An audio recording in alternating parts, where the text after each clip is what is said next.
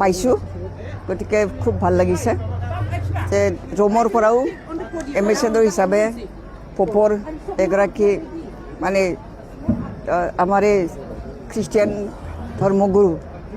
আহি পেলাই এই চেলিব্ৰেশ্যনত তেওঁ উইটনেছ হিচাপে আহিছে গতিকে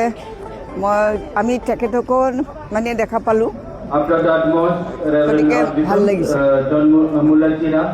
কি ক'ব ৰাইজলৈ কি মেছেজ দিব ইয়াৰ পৰা ৰাইজলৈ কিনো মেছেজ দিম